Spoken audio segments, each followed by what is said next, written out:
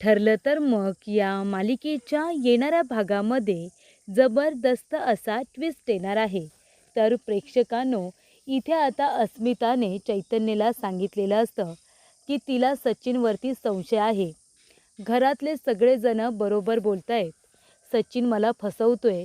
अजूनही त्याचं साक्षीवरती प्रेम आहे आणि तो तिच्या कॉन्टॅक्टमध्ये आहे, असं आता अस्मिताने चैतन्यला सांगितलेलं असतं.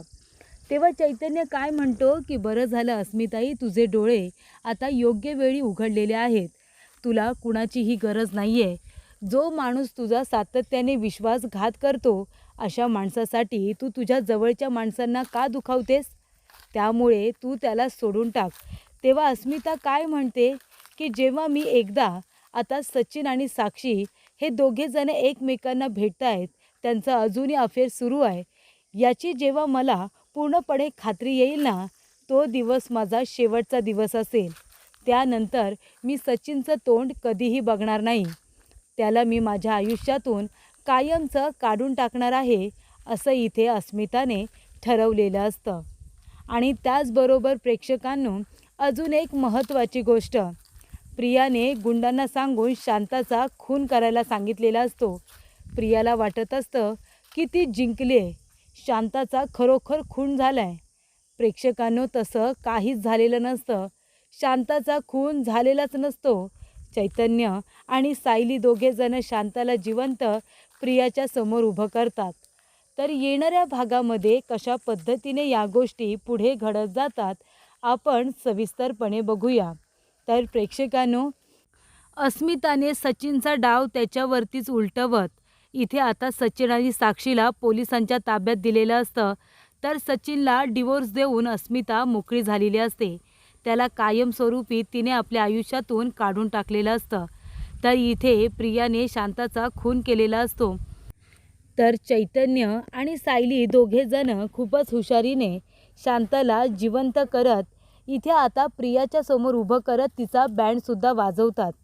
तर प्रेक्षकांनो, मेलेली शांता जिवंत झालीच कशी आणि कशा पद्धतीने इथे अस्मिता सचिनला एक्सपोज करते, आपण सविस्तरपणे बघूया. तर इथे आता सचिनने अस्मिताला सांगितलेलं असतं की मला नवीन नोकरी मिळाली आहे, त्यामुळे मी आता ऑफिसला चाललो आहे.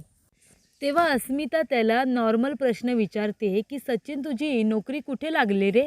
कुठल्या कंपनीमध्ये? आणि तुझं जॉब प्रोफाईल काय आहे? तेव्हा इथे सचिन म्हणत असतो की माझं जॉब प्रोफाईल काय असणार आहे? जे आधी होतं ते आत्तासुद्धा आहे. मी IT मध्ये आहे. तुला माहिती नाही आहे का? दुसरं कुठलं काम मला जमणार आहे का?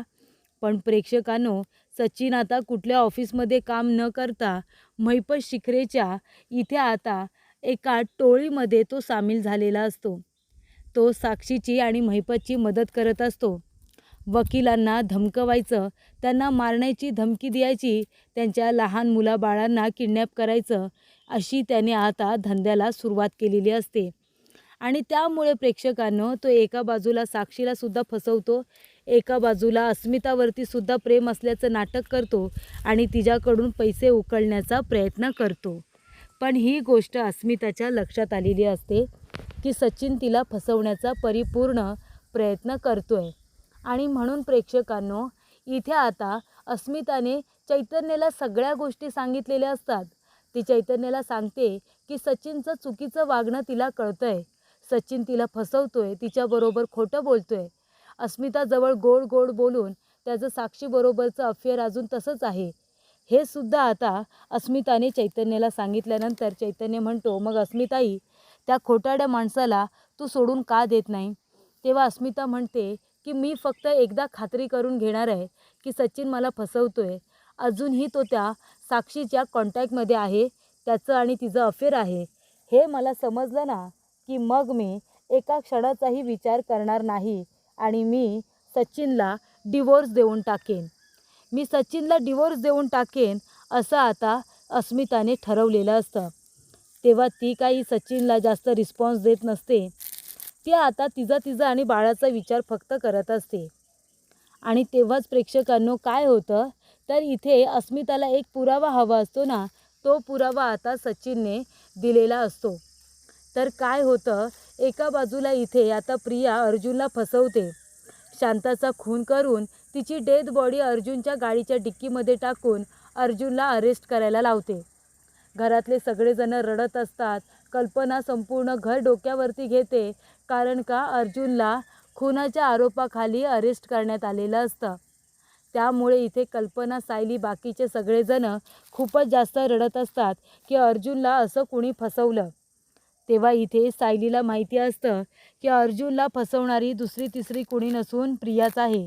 तर प्रेक्षकांनो, प्रियाला वाटत असतं की शांता मेली, पण खरं तर शांता मेलेली नसते, शांता जिवंत असते.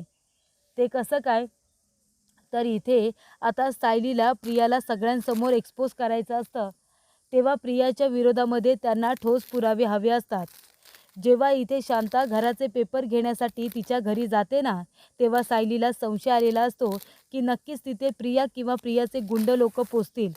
त्यामुळे इथे सायलीने आधीच सगळं प्लॅनिंग करून ठेवलेलं असतं. शांताच्या ऐवजी तिथे एक पुतळा उभा करून शांताची साडी त्याला नेसवलेली असते आणि ज्या वेळेला ते गुंड लोक घरामध्ये एंट्री घेतात तेव्हा शांताच्या जागी त्या पुतळ्याचा खून करण्यात आलेला असतो आणि त्याच्या पोटाला इथे लाल रंगाची पिशवी बांधून ठेवण्यात आलेली असते. आणि त्या पुतळ्याचा खून झाल्यानंतर ते गुंड लोक तिथेच आता त्यांना टाकून जातात आणि तिथे आता इथे औषध फवारणीसुद्धा केलेली असते. गुंगीच्या औषधाची फवारणी करण्यात आलेली असते गुलाबला इथे बेशुद्ध करण्यासाठी. पण जेव्हा ती फवारणी होते तेव्हाच गुलाब तिथून निसटून गेलेली असते आणि श्रेयससुद्धा. आणि तेव्हा प्रेक्षकांनो, शांताच्या जागी आता तिथे एक बाहुला पडलेला असतो ज्याला शांताची साडी नेसवलेली असते. आणि तेव्हा तो बाहुला तिथे पडल्यानंतर जेव्हा इथे डेथ बॉडी उचलण्याची वेळ येते तेव्हा मात्र तिथे शांताच असते आणि तिने आता मेल्याचं नाटक केलेलं असतं.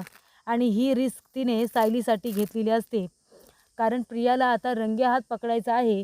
स्वतःच्या स्वार्थासाठी ती एखाद्या माणसाचा खून करू शकते, या गोष्टीचा पुरावा आता सायली अर्जुनला हवा असतो आणि त्यामुळे शांताने खूप छान पद्धतीने मदत केलेली असते. तिने आता मेल्याचं नाटक केलेलं असतं आणि पोलिसांची सुद्धा आता या प्रकरणामध्ये अर्जुनने मदत घेतलेली असते.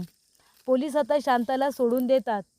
सायली आता शांताला पुन्हा त्या घरामध्ये घेऊन जाते आणि म्हणते की आता तुमच्या जीवाचा धोका टळला. प्रिया तुम्हाला शोधण्याचा प्रयत्न करणार नाही. प्रियाला आता असंच वाटतंय की तुमचा खून झालेला आहे. तेव्हा शांता म्हणते, पण अर्जुन साहेबांचं काय? त्यांना तर माझ्या खुनाच्या आरोपाखालीच अडकवले ना. ती म्हणते की प्रत्यक्षदर्शी पुरावा कुणीही नाही आहे की हे सगळं अर्जुन सरांनीच केले, त्यामुळे आपण त्यांचा जामीन करू शकतो आणि मग तुम्हाला सगळ्यांसमोर उभं केल्यानंतर तुम्ही प्रियाच्या विरोधामध्ये साक्ष देऊ शकता ना. तेव्हा शांता म्हणते, अगदी बरोबर, आणि तेव्हा आपण अर्जुनला निर्दोष सिद्ध करू. हे सगळं प्रियाने स्वतःचा जीव किंवा स्वतःची कातडी वाचवण्यासाठी शांताचा जीव घेण्याचा प्रयत्न केला होता, पण त्यावेळेला सायलीच्या प्लॅनिंगमुळे शांताचा जीव वाचवण्यात आलेला असतो आणि शांताच्या जागी इथे आता बाहुल्याला ठेवण्यात आलेलं असतं. आणि लाईटीच्या अंधारामध्ये त्या आता बाहुल्याचा खून करून ते गुंड लोक तिथून बाहेर पडलेले असतात आणि मग तिथे जाऊन आता शांता बेशुद्ध झालेली असते.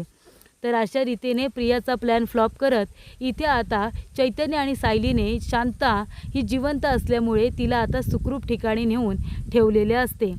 आणि तेव्हा प्रेक्षकांनो, इथे आता प्रियाच्या विरोधामध्ये जास्तीत जास्त पुरावे गोळा करता यावे यासाठी चैतन्य खूपच जास्त प्रयत्न करत असतो. आणि तेव्हा प्रेक्षकांनो, एक महत्त्वाची गोष्ट घडते. अस्मिताने चैतन्याला सगळी जबाबदारी दिलेली असते. चैतन्य अस्मिताईला नक्की मदत करेल असा विश्वास अर्जुनला असतो. आणि जेव्हा इथे चैतन्य आता एका कॅफेमध्ये गेलेला असतो तेव्हा कॅफेच्या बाहेर इथे आता सचिन आणि साक्षी दोघेजण एकत्र असतात, एकमेकांना मिठी काय मारत असतात. सचिन इथे साक्षीवरती खूप जास्त प्रेम काय करत असतो आणि हे सगळं चित्र आता इथे बघितलेलं असतं चैतन्याने. तो लगेचच इथे लाईव्ह लोकेशन अस्मिताला पाठवतो आणि म्हणतो, अस्मिताई लवकरात लवकर या कॅफेमध्ये ये, तू आता स्वतःच्या डोळ्यानेच पुरावा बघ. तेव्हा त्या कॅफेमध्ये आता चैतन्यसुद्धा बसलेला असतो आणि साक्षी सचिनवरती लक्ष ठेवून असतो. ते दोघेजण आता कॉफी काय पित असतात, एका मगमधून ज्यूस काय पित असतात. या सगळ्या गोष्टी घडत असताना आता चैतन्य तिथेच बसून राहतो, आपला चेहरा लपवून ठेवतो आणि अस्मितासुद्धा आता गाडी घेऊन लगेचच कॅफेच्या इथे पोचलेली असते. आणि त्यानंतर तिथे अस्मिता आल्यानंतर तोपर्यंत सचिन आणि साक्षी दोघेजण निघून जायला निघालेले असतात. तेव्हा ती म्हणते, चैतन्य का बोलवलंस मला? तेव्हा चैतन्य म्हणतो, सध्या काही बोलू नको, फक्त तिकडे बघ. तेव्हा साक्षी आणि सचिन दोघेजण एकमेकांच्या खांद्यावरती हात टाकून आता जात असतात. तेव्हा इथे चैतन्याने पोलिसांना लोकेशन पाठवून त्यांनासुद्धा कॅफेच्या बाहेर बोलावलेलं असतं. तेव्हा इथे अस्मिता नंतर पोलीस तिथे पोचलेले असतात. ज्या क्षणी साक्षी बाहेर येते त्या क्षणी आता सिव्हिल ड्रेसवरती असलेले जे पोलीस असतात ना, ते आता साक्षीला पकडतात. पोलिसांच्या खाकी ड्रेसमध्ये ते लोक तिथे आलेले नसतात, तर ते लोक इथे रंगीत ड्रेसमध्ये आलेले असतात आणि साक्षी पळून जाऊ नये म्हणून तिला इथे रंगेहात पकडतात. तर इथे आता चैतन्याने अस्मिताची चांगलीच मदत केलेली असते. तर इथे आता साक्षी शिकरेला पोलिसांनी अरेस्ट करून तिला घेऊन गेलेले असतात आणि उरलेला असतो तो सचिन. त्यामुळे इथे अस्मिता म्हणते की सचिनला सोडा आणि ती म्हणते की सचिनला तुम्ही नंतर घेऊन जा जेव्हा मी गुन्हा दाखल करेन. आणि ती सचिनला म्हणते की मला डिवोर्स हवा आहे, तो सुद्धा फास्ट ट्रॅकमध्ये आत्ताच्या आत्ता मला डिवोर्स हवा आहे. तेव्हा चैतन्याने आणि अर्जुनने डिवोर्स पेपर आधीच तयार करून ठेवलेले असतात. त्या डिवोर्स पेपरवरती इथे आता अस्मिताने सही केलेली असते आणि ती लगेचच सचिनला म्हणते की तू सुद्धा सही कर आणि मोकळा हो. तुझ्यासारख्या नीच माणसाबरोबर मला अजिबात राहण्याची इच्छा नाही आहे, असं आता तिने सांगितलेलं असतं. आणि तेव्हा तिने पोलिसांसमोरच जबरदस्तीने डिवोर्स पेपरवरती इथे आता सचिनच्या सह्या घेतलेल्या असतात. आणि तिने आता सचिनचा प्लॅन त्याच्यावरच उलटा करत इथे साक्षीला जेलमध्ये पाठवलेलं असतं आणि सचिनला डिवोर्स देऊन ती मोकळी झालेली असते. सचिनबरोबर असलेले सगळे संबंध तोडून टाकलेले असतात आणि अशा रीतीने प्रेक्षकांनो सचिनला त्याच्या गुन्ह्याची शिक्षा मिळालेली असते. महिपतला बाहेर काढण्यासाठी धडपड करणाऱ्या सचिनची रवानगी आता जेलमध्ये झालेली असते. तर साक्षी शिकरे हिला फायनली पोलिसांनी पकडून आता तिला तिच्या गुन्ह्याची शिक्षा दिलेली असते. त्या दोघांनासुद्धा आता पोलिसांनी अरेस्ट करून घेऊन गेलेले असतात. तर अशा रीतीने इथे आता चैतन्याने अस्मिताची मदतच केलेली असते. इथे आता खूप महत्त्वाचा निर्णय अस्मिताने आपल्या आयुष्यामध्ये घेतलेला असतो. तिला आता सचिन वारंवार फसवत असतो आणि ही गोष्ट जेव्हा तिच्या लक्षात येते ना, तेव्हा ती म्हणते फक्त एकदा पुरावा मिळू दे की फक्त टोकाचा निर्णय घेणार आणि इथे मी चैतन्य सचिनला डिवोर्स देणार असं तिने आधीच ठरवलेलं असतं. त्यानंतर प्रेक्षकांनो इथे आता प्रियाचा बँड वाजवण्याचा वेळ आलेला असतो. प्रिया शांता मावशीला मारण्याचा प्रयत्न करणार या गोष्टीची जाणीव आधीच आता सायली अर्जुनला झालेली असते. तेव्हा ते काय करतात, शांता मावशी आणि श्रेयस जेव्हा रात्रीच्या अंधारामध्ये घरी जाणार असतात तेव्हा तिथे आजूबाजूला असलेल्या लोकांना आता एक काम सांगितलेलं असतं. शांता मावशीच्या घरामध्ये तुम्हाला मोठा एक पुतळा तयार करून ठेवायचा आहे आणि त्याला शांता मावशीची साडी नेसवायची आहे आणि ज्या वेळेला शांता मावशी पेपर घ्यायला येईल तेव्हा तिने तिथून गायब व्हायचं आणि जे गुंड लोक तिथे असणार आहेत ना, जे येणार आहेत ते शांता मावशीला मारण्याचा जरूर प्रयत्न करतील. तेव्हा त्या बाहुल्याला मारत असताना लाईट जाईल आणि मग ते लोक शांता मावशी म्हणून त्या बाहुल्याचा खून करून त्याला तिथेच फेकून देतील आणि सरळ निघून जातील. आणि त्यानंतर प्रेक्षकांनो इथे आता गुंड लोक जेव्हा डेथ बॉडी घेऊन अर्जुनच्या गाडीमध्ये टाकायला येतील ना, तेव्हा त्या ठिकाणी शांता मावशी पडलेली असणार आहे. असा प्लॅन रिस्की प्लॅन असतो, पण तो खूप व्यवस्थितरित्या घडून आणण्यात आलेला असतो. आणि तेव्हा प्रेक्षकांनो ज्या वेळेला प्रिया म्हणत असते की सायली आता काय करणार तू, अर्जुन तर गेला खुनाच्या आरोपाखाली जेलमध्ये, आता मला एक्सपोज कसं करणार. तेव्हा सायली म्हणते की प्रिया तुझी वाट लावल्याशिवाय आम्ही राहणार नाही. तुला काय वाटतं शांता मावशी मेली का? शांता मावशी मेलेल्या नाही आहेत तर त्या जिवंत आहेत आणि लवकरच आता तुला सगळ्यांसमोर एक्सपोज करू. प्रियाला वाटत असतं की सायली खोटं बोलते, सायलीच्या डोक्यावरती परिणाम झाला आहे, अर्जुनला अरेस्ट झाले म्हणून. पण प्रेक्षकांनो तसं काही नसतं. इथे प्रियाच्या तावडीतून शांताला वाचवण्यासाठी हा सगळा घाट घातल्यात आलेला असतो आणि अशा रीतीने इथे आता शांताच्या जागी एका बाहुळ्याला मारून आता त्याच्या जागी शांताला गाडीच्या डिक्कीमध्ये टाकून शांताला तिथूनसुद्धा गायब करून पुन्हा घरामध्ये नेऊन सुखरूप ठेवण्यात आलेली असते. आणि हा संपूर्ण प्लॅन फक्त शांताला जिवंत ठेवण्यासाठी करण्यात आलेला असतो. तर अशा रीतीने इथे आता सायली अर्जुनला जामिनावरती सोडवण्यासाठी प्रयत्न करत असते. शांताचा खून होताना कुणीही प्रत्यक्ष बघितलेलं नाही आहे, त्यामुळे कुणीही खात्रीने सांगू शकत नाही की शांताचा खून अर्जुननेच केला आहे. त्यामुळे इथे चैतन्य, रविराज काका आणि सायली तिघेजण येऊन इथे आता अर्जुनचा जामीन मंजूर करून घेतात आणि अर्जुनला सुखरूपरित्या घरी घेऊन येत प्रियाच्या नाकावरती टिचून इथे आता आनंद साजरा करतात आणि प्रियाला पुन्हा एकदा तोंडावरती पाडतात.